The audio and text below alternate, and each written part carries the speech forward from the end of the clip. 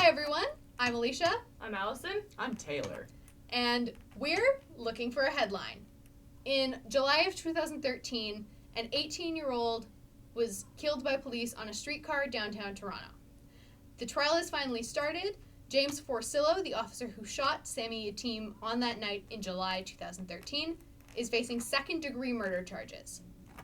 Having sat in on the trial, I can say that I have a few issues with the defense. The defense lawyer is doing a lot of work to assassinate Sammy Yatim's character. He's trying to make him seem like an awful person or a bad person to try to justify the shooting. So for those of you who may not know the details of the story, essentially what happened was Sammy Yatim was a passenger on a streetcar. At some point during the streetcar ride, he pulls out a knife and he starts waving it around and threatening people. Streetcar stops. Everybody runs off the bus or the streetcar. Nobody gets hurt. Eventually, the streetcar driver gets off as well. Police arrive on the scene. They tell him repeatedly to drop the knife. He doesn't. He moves out of their view for a second, back from the door, further into the streetcar. He walks back to the front of the streetcar, and police shoot 9 times, hitting him 8 times, and killing him. So, what do you guys think about this story? Well, when it first happened, I was just shocked that even happened. I don't know, it's just so insane that something like that can happen. Police can shoot someone that many times over something that doesn't even seem that threatening. I think police are trained, like you see in the movies and in television shows, aim for the legs or try to incapacitate them with bullets. Guns are lethal weapons. When police are shot, aim for center of mass, shoot to kill. Like, they're not trained to incapacitate somebody with a gun. They're trained to kill somebody with a gun. And this guy decided lethal force was the way to go, and from then on, he had no hope. Yeah, the biggest concern for me about James Forcillo was not the initial 3 shots. I can understand panicking when somebody comes out with a knife. He was not acting in a way that you would expect the average person to act on a streetcar. Yeah. And he walked back into frame. I can understand to an extent shooting at that point.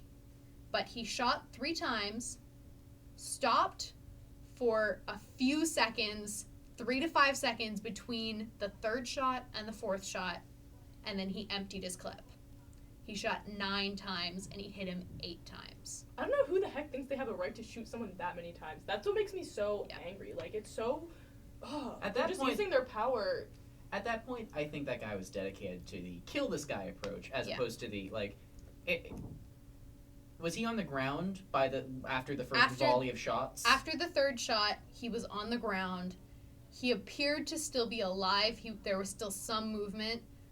I saw the videos from inside the streetcar, and he's sort of half in frame in the video that they showed in court, and you can see his leg moving a little bit, and so it's clear that he was incapacitated. Doesn't know if he was going to survive those injuries, but he was alive at that point. It sounds like he would not have survived those first 3 shots, but Forcillo made sure that he wasn't going to survive. And an interesting thing is that after the guy has essentially emptied his clip, I'm not sure how many rounds are in whatever gun he was using, but they then tased him when he was on the ground, dead. Yeah. Why was that the order of operation and not the other way around? If you have a guy that is at quite a distance, and there's plenty of video online of the distance between the cops and him, they have plenty of distance. He wasn't coming at them. I can understand panicking. Panic with the right weapon. They have pepper spray. They have stun guns. They had ways to take him out that would not have put him or the officer in danger. And even, tasers occasionally kill people. That is a thing that happens. I would rather take the risk of having a non-lethal weapon malfunction or kill somebody than have a lethal weapon almost certainly kill somebody. Yes. Not used, overused. And, they're given this responsibility of a gun, and here they are abusing that, in my opinion. I don't think he should have shot at all, but if he had shot the 3 times, we probably wouldn't be talking about this right now. Now, to the police's credit, to the city's credit, things have changed. We've gone through a change in management. The police chief changed. Paul Saunders I forget the name of the police chief that we have right now. I have no clue. We're professionals. I know that he went here. Yeah. Graduate. But there's been a change in management. They recently came out that a bunch of changes have, I think, like, of the 90-something proposed changes that they wanted to make to police, to the Toronto police, to make them have a zero-kill approach from now on, they implemented 80-something. And I think that's good. That's very good. Officers are being trained about mental health, and essentially the big message that they want to get across with these changes was 0 deaths. 0 civilian deaths, 0 police deaths. And we have kind of yet to see whether or not that's going to go into effect. Yeah. It's kind of still pretty early to say, but they're making changes. It does still blow my mind that the reaction to a knife is a gun. The only time that you should be pulling a gun on anybody is if they have an incredibly lethal weapon.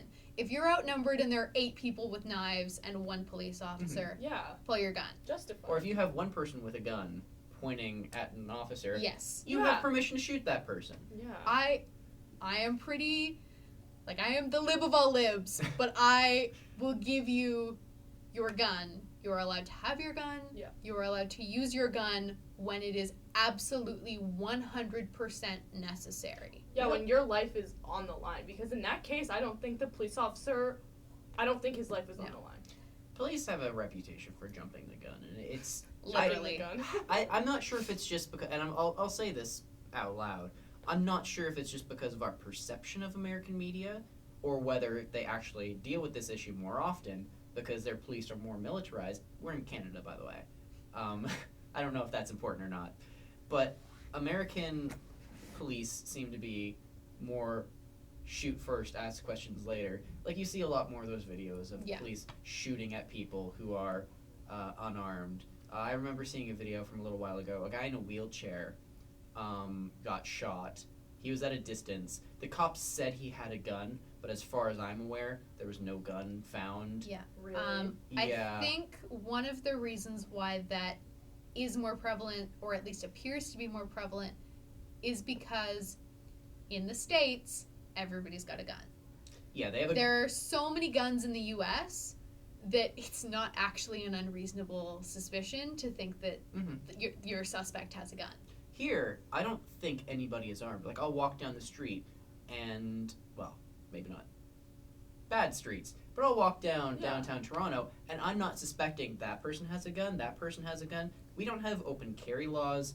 Handguns need to be kept in gun cabinets that are locked or kept in a gun range. I'm not expecting Joe Blow down the street to be carrying a gun. And I think it is, in the defense of these police officers, these American police officers, guns are more on their mind because that's reasonably what they have to deal with. Yeah, and the Constitution, that's their constitutional right to bear arms, and I think it's right of Canada to not have that as part of our laws. I agree with the way that Canada runs. I think that is a solid difference that we're happy with. I'm so happy with that. And I don't think, if that ever changes, I don't know. Because if you don't have a gun, or police officers think you have a gun, I mean, you get shot. Sorry. No, go ahead. People seem to think that guns keep them safe when statistically it proves otherwise. Yes. That is a huge conversation, and I think that's a huge controversial. That's a big bag of worms I don't want to open on episode 1, but I have a feeling we'll be getting to this topic eventually. At some point, because we will probably revisit this case. And I feel like similar cases, because things like this do happen all the time, unfortunately. Yeah. It's too common. Yeah, and I think that's what the Toronto police, they want to make this thing stop happening. And I respect them for that. They want to make 0 deaths, and I think that is an admirable goal. Yeah, Whether or not they'll accomplish that is yet to be seen. But at the very least, they're going to make improvements with the changes they've made already, and hopefully we can eradicate it or come close to eradicating it. Yeah, there's never perfect, but I mean, striving for perfection is never a bad thing, right? Exactly. Yeah, you're never going to make it so that no one ever dies, but by reacting to situations like this where death was avoidable, you learn. Now, in Canada, citizens have the right to record police, and I'm not sure if that's the case everywhere, but here in Canada it is. Officers in Toronto on Jane Street in Lawrence were found videotaping preventing a person, and he's a photographer, his name's Mark Miller. They were preventing him from recording an arrest. Two youths, I think they were 16, were being arrested after being carted, which is the process of basically pulling people off the streets, identifying them, and oftentimes arresting them for something on the spot. As these cops put it, these teens were being arrested for marijuana. Whatever They that- were very unclear about Yeah. whether it was possession of marijuana, dealing marijuana, an outstanding former drug charge. 4 marijuana. So that's good. Miller is filming the arrest, and then two officers pull up, and one of the officers that's making the arrest says something along the lines of "deal with the guy with the camera." And the second I heard that, went, "Oh God, are they going to beat the shit out of this guy?" But they don't do that. They instead stand in his way in a way that makes it impossible for him to get a good angle at the arrest. And they taunt him basically, saying, "Oh, you have no reasonable expectation of privacy. We're just talking to you. We're just talking. We're allowed to talk to you." Where'd you get your haircut? I want to get my haircut. They're belittling him. They're humiliating him. Yeah. They were goading him on, and I mean, this is entirely speculation. I will preface that very clearly. I am speculating about their intentions. It looked to me like they were trying to goad him into doing something that they could arrest him for. Yeah, they were trying to get him to do something that was illegal, rather, right? Mm-hmm. I don't know. Well, we have the right to record police, and that makes these people, these two cops, everyone who is behind, like being hidden by them, afraid. I mean, look at the Sammy Yatim case. People were recording that from a distance. These cases of people being shot in the street, cops are being recorded doing it, and they're terrified of being held responsible for their actions because we live in a world where everyone, nearly everyone, has a camera on them. That's something that's never been the case before. It's a growing thing, and cops are terrified of being held responsible for their actions that they've been able to do up till this point. And so they've basically taken this. This is their precaution. This is their defense mechanism to, oh, we're not going to be allowed to do what we've been doing. We're not going to be allowed to basically abuse our authority anymore. We're going to bully and humiliate people until we get our way. This is their defense mechanism for cameras. And I think it makes a good case that all police officers should have cameras on their vests at all times. And I mean, the body cams don't prevent everything. As we But saw they from do the guy help. that was choked out by a cop In New York. in front of a body cam. Yep. I did not hear the story. That's an older story. Yeah, Oh, okay. that's a bit of But it doesn't prevent everything, but that's not but it that's helps not sometimes. that's not a case saying they don't work. Under this circumstance, it didn't work. They But don't always work, but they do work sometimes. Civilian cameras are incredibly useful for civilian, such a professional word. But civilian cameras are useful for catching things that Police officers don't want you to police catch. don't want you to see. Putting a camera on an officer's body makes it so much harder for them to do things that they don't want to be seen. Obviously, if it's on the front of their person, they can, do things off to the side. I'm surprised if they were goading him into making a move that they could arrest him for. They didn't just try to argue that, oh, he tried to push us out of the way, out of frame of the camera. Like, they may have been trying to do that in an official way. Yeah, because they were coming awfully close to him. Yeah, They but were- the thing is that because he had that footage and they knew he had that footage, they knew that it wasn't something that they were going to be able to prove, Mm-hmm. and that there might be consequences. It would be easier Their names. to get him to throw a punch. Their names are right in view of the camera, by the way. He recorded their names on their Vests. vests. That's the word. So, if they did anything, they would have a hard time proving that this guy had provoked the attack. Yeah. And this guy went to the Toronto Star with his footage.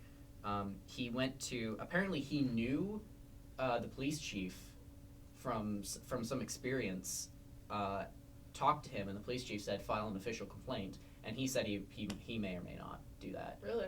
But what is an official complaint going to do to these cops? Well, you would hope that they would actually see some reprimand, but all I keep thinking is, thank God they didn't kill the guy. Yeah, really? Because Thank God they didn't beat the shit out of the guy. Yeah. Yeah, Because really. it would have been so easy. But cameras up here. Oh, he attacked me. We're gonna break his ass down. I just, as horrible as it is, nobody got hurt.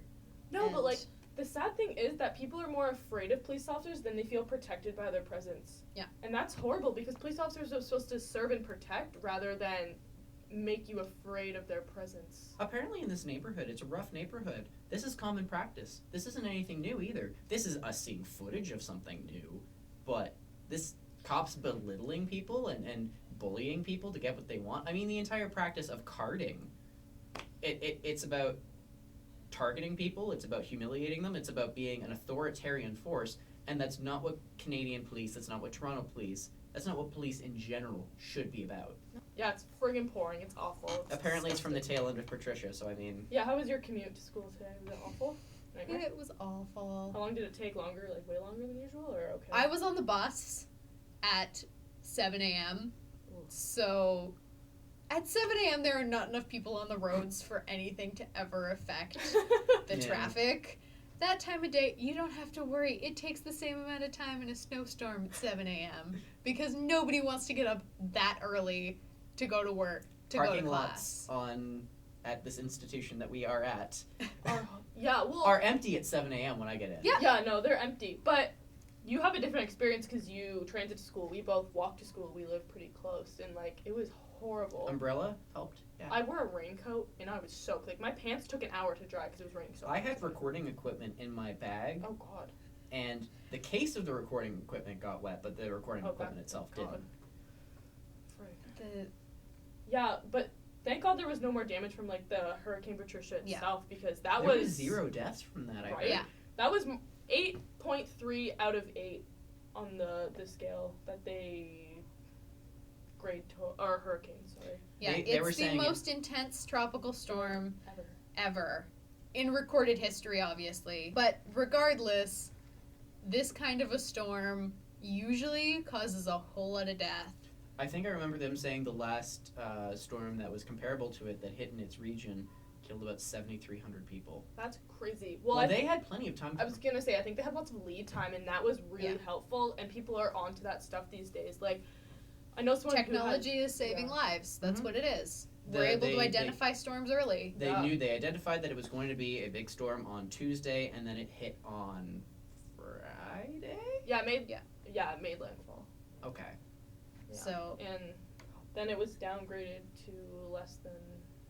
Well, I think they said it was downgraded to a tropical storm, but if I'm not mistaken, it was always a tropical storm. So I'm kind of confused with the technical terms in this case. I'm Yeah. not great with the technical terms on the hurricanes and the Sto- tropical storms. They don't happen often up here, so we don't generally get a We good get tornadoes. Yeah, I in mean- Ontario we don't get weather like that. hurricanes. Snowstorms. Yeah. We don't get earthquakes.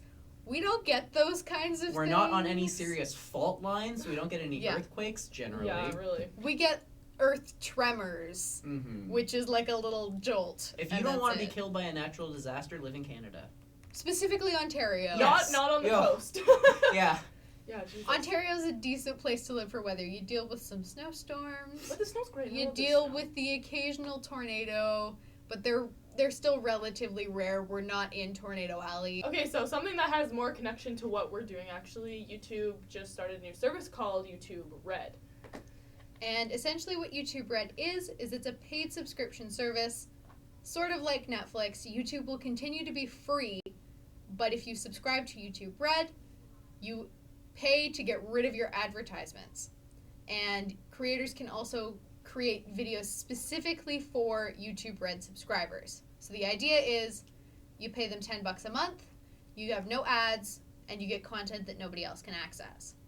And the revenue that's created by YouTube Red will be split between creators and YouTube itself. We don't know exactly what the percentage split It's is. a 45-55, 55 to creators, 45 to YouTube. Yeah, I know that that's the ad revenue. Yeah, Split. it's a similar dynamic Yeah. to the ad revenue. So Which is about what I think ad revenue is. Now, a lot of YouTubers don't actually make that 50%. They're usually signed on with multi-channel networks. yes. No, because it's divided up based on how many people click the ad, and there's lots Okay. of logarithms to figure Yeah. But out. if you belong to a network of channels, the You're still- network gets the money, and then the money then gets distributed among all of the channels. And by the end, if it's like 50% goes to YouTube, and then of that 50%, it's usually 25%. So really, all the ad revenue that's collected from you watching YouTube videos, they don't. Content creators usually, if they're signed on with an MCN, only get 25%. Oh, it's like ish. nickels and dimes per yeah, you per, don't get like, a whole lot of hours money of watching. for ad revenue, which is why some people are encouraged by YouTube Red. I've Now- heard mixed reviews about.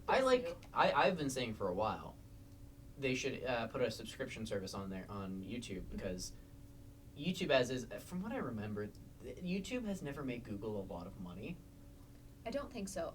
It's become more of a revenue source now Yeah. because Oh, ads yeah. were introduced well into YouTube's history. Yeah, because It's wasn't a thing. relatively new thing to have ads on YouTube, which is part of why it hasn't made them that much money. And I people remember when- protested that in the Yeah. beginning Yeah. too. And so now YouTube has given them an option to say, either you suck it up and take the ads, or you pay us $10 a month. You know what I noticed for the past year or so prior to YouTube Red's announcement? Advertisements began to get shorter. You began to be able to skip advertisements a Yeah. lot more. Really? And in the past couple months leading up to the announcement of YouTube Red, they've gotten longer again. More unskippable ones. It's longer, like 30-second unskippable ads. Yeah. See, I'm really naughty. I use an ad blocker. Horrible, but like I have shame on you. yeah, I know. I'm sorry, but I But do. this doesn't affect you in any way, aside from you not getting the premium content. You're essentially a YouTube orange. Yeah.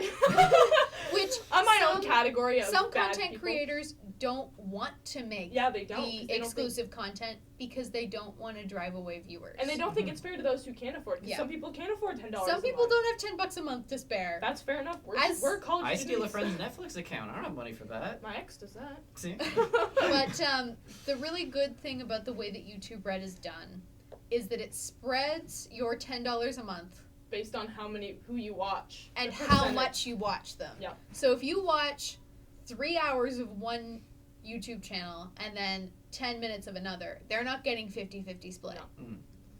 So it makes sure that Those the you people want, that you watch are actually getting the money. Mhm. They still don't get a lot of money out of Yeah. your $10. Well, something but that we were talking about before was it seems kind of unfair to smaller channels, because smaller channels probably don't get a lot of ad revenue because they don't get a lot of hits, and it's kind of doubly unfair to them because if they don't have a lot of subscribers that are YouTube Red subscribers, then they're kind of losing out on a double whammy there because they're losing out from the ad revenue too. But the thing is that a lot of people who have smaller channels, the people that watch them watch so much YouTube that they're more likely to be YouTube Red subscribers. If you I watch a shit ton of YouTube. Like Me too. honestly, I watch it's replaced television for me. Oh, me Yes. too. I don't have cable. Neither Because do I. Like Netflix sometimes, and mostly YouTube, and I'm not interested in YouTube Red. Neither am I, because I can't afford it at the moment. If I But budgeted it out, I might be able to, but I just don't care for it. I don't think it makes any difference to me. I'm okay Yeah. with watching and supporting people with ad revenue. I used to ad block, and then enough people, like enough YouTubers and content creators and media sites said, when you use ad block, it actually hurts us because we don't get ad revenue, and when you turn on ads, when you keep ads on, you're supporting to create content creators on the web. Yeah, it's and it free. doesn't really hurt you. I mean, 10 seconds of your life, really. I've heard some decent arguments that advertisements online can be kind of offensive, or like there was that one, I forget her name, but she was one of the Canadian girls that commit suicide because she was bullied. Amanda Yeah. Todd. It might have been her, it might have been the other one from that same year, but she was bullied, and then her the videotape of her being raped leaked online, and then someone used her image on a dating website ad. Oh my god. So advertisements like that. That makes me ill. Like physically, that's horrible. the other advertisement that I don't like and this is a YouTube problem, is when they put horror movie ads. Oh my god.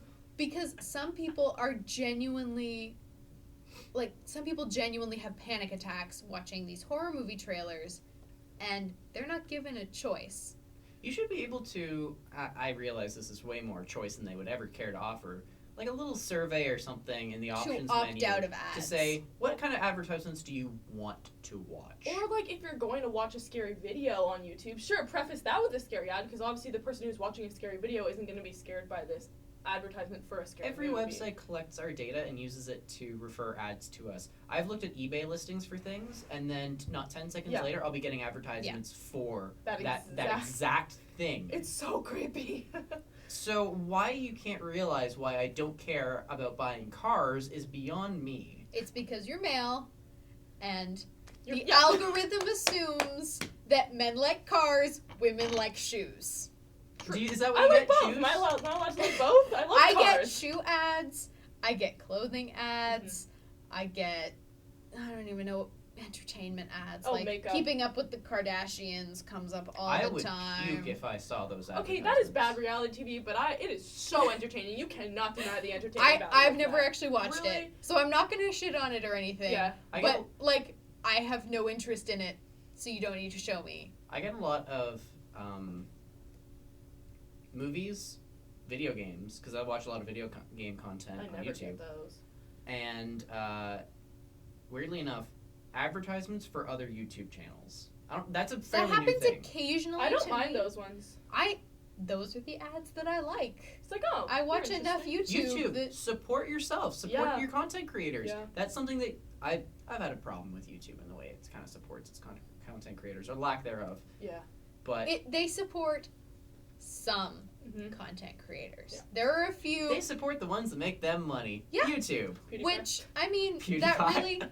that really is not a Smosh. terrible business model, though. Like, as much as it's not great. Does for their- YouTube really care about the channel that has 100 subscribers? No. Fuck no. No, they don't, and that's because they're a company, and companies are amoral. They're not immoral. They're not moral. They're amoral. They Well, have look no at money. the They're look at the revenue content driven. creators that they have signed on for YouTube Red for their exclusive content. Smosh, PewDiePie, forget all the others, but big The channels. big ones, yeah. They're not they're not introducing new content. They're giving content from content creators that already have a large fan base that people are going to want to subscribe to, and it makes sense It does. from a business standpoint. Yeah.